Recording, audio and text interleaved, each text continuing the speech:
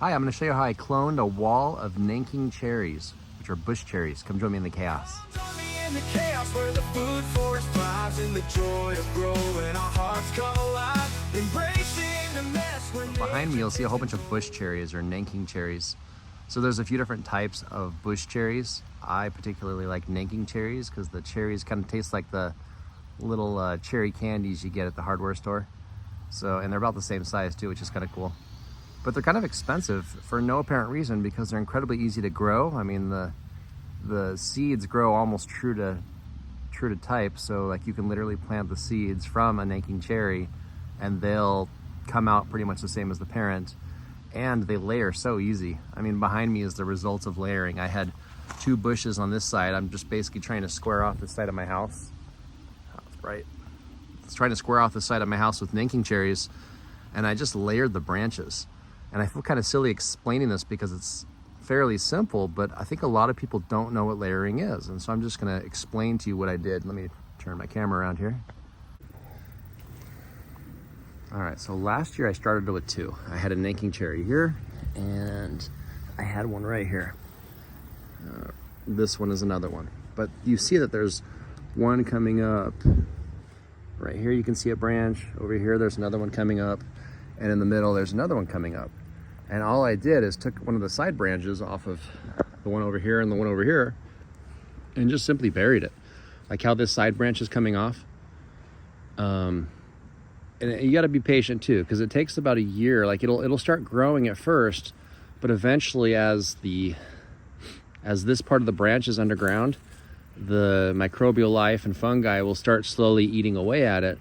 And eventually once it kind of eats down to the cambium, it'll just spontaneously start putting out roots. And you can also speed that process up by getting a knife and just kind of scraping it. But I feel like I get a lot of failures when I do that. And when I just layer a healthy branch without scuffing it up, it eventually happens anyway. And I've never had one fail doing that. It's literally 100% yield. It just sometimes takes a year, but it doesn't really change anything because while it's still attached to the other plant, it looks like its own bush. And so you don't even know that it's not rooted yet. So it doesn't really matter. So anyway, that's my strategy. And it's really cool in the spring. Like right now, you can't see how amazing it is because it just looks like a hedge. But like I said, this is Nanking cherries. So in the spring, this is going to be covered with cherry flowers. And then of course, early summer, it's going to be covered with little red fruits, which I think is going to look spectacular on this side of my house. So I'm really excited about that. But it's just such an easy plant to propagate. It makes fruit. It looks like a nice hedge. And it's not under plant patent, which is really convenient because you don't have to worry about anyone getting upset at you if you decide to start selling the clones that you make to your neighbors. Because there's some plants, if you do this and you sell them, in theory, you could get some person to come after you and try to charge you with a crime or at least patent infringement and try to sue you and take your house or something. So bush cherry or Nanking cherry is a very easy plant to clone, really nice to make a hedge out of. And like I said, the process is so simple. So let me just kind of show you with this one. So I'm going to extend this hedge. I would like to eventually just start working at this direction across the side right here, since I have them all over here. And so what I do first is I usually just kind of line it up with the ground and just imagine, where do I want my hole to be? Where do I want it to be underground? And I'll probably just kind of bend it into place a little bit. It looks like I'm gonna have the hole roughly about right here. And I have noticed as well, it's very useful when you have healthy fungi in your soil. Like if you look here, there's all this white mycelium. That's because I inoculated all the mulch that I have in my yard with wine cap mycelium, which does a really good at destroying pathogenic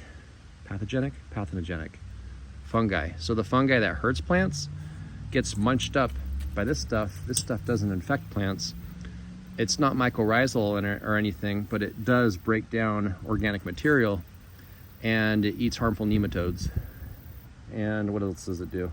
Oh, it makes fruit, or it makes food, fruiting bodies. So you can eat wine cap mushrooms. I mean, you probably don't want to eat this stuff, but eventually when it fruits, it'll pop up mushrooms and you can eat those. Okay, so long story short, shove it in the ground, and then you just cover the part up that you shoved in the ground. And this is a lot easier if you use like a gardening stake or a wire or a rock. All right, so these are very useful. They're for fences, for holding the base of your fence down so your dogs don't try to move them around. I think they sell these at Ace or something, or Home Depot. It's like probably like $5 for 10 of them. But this is perfect for layering. So if you like cloning your plants, you like making free plants, you can just use these. The only issue is you have to remember where you buried them. So I just have to remember that I have one of these in this hole. But it's pretty simple. You just kind of light it up. And then of course it's much easier with two hands. All right, so essentially when I get this thing in place, that's kind of what it looks like with the stake holding it down in place.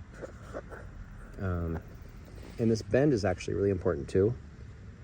I don't know if I mentioned this last time I did a layering video, but by putting that bend, there's a hormone that accumulates at that low spot called auxin.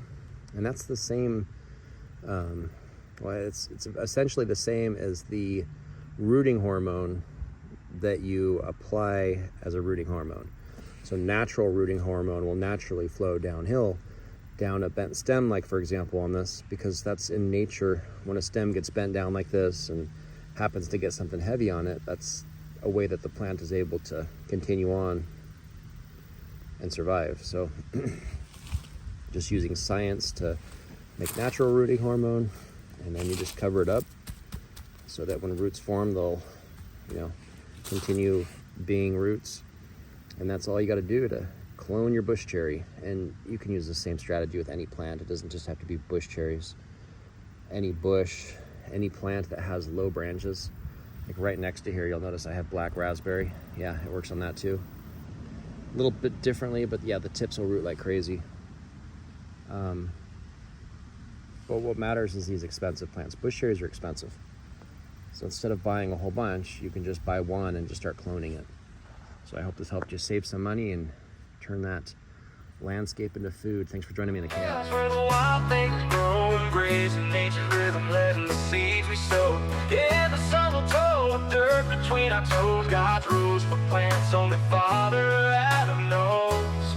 Come join me in the chaos gardening, where the wildflowers bloom, letting nature take the lead in this beautiful commune. Come join me in the chaos, where the food forest thrives in the joy of growing. Our hearts come alive, embracing the mess where nature takes control. Come join me in the chaos, let the bounty unfold.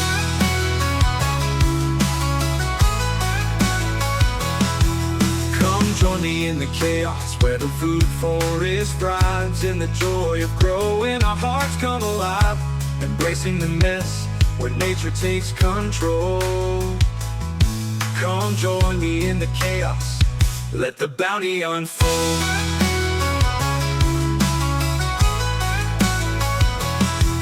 Come join me in the chaos, where the veggies are ripe, watching the magic as plants come to life. In the chaos we find peace as the garden sings.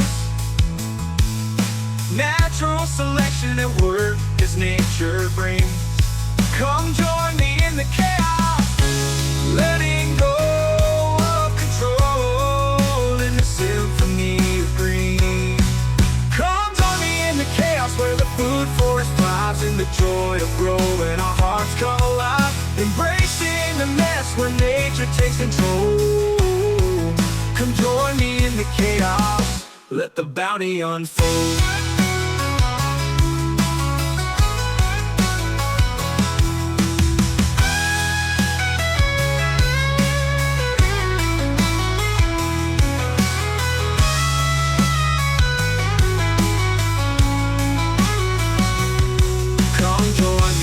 Chaos, where the food forest thrives in the joy of growing. Our hearts come alive.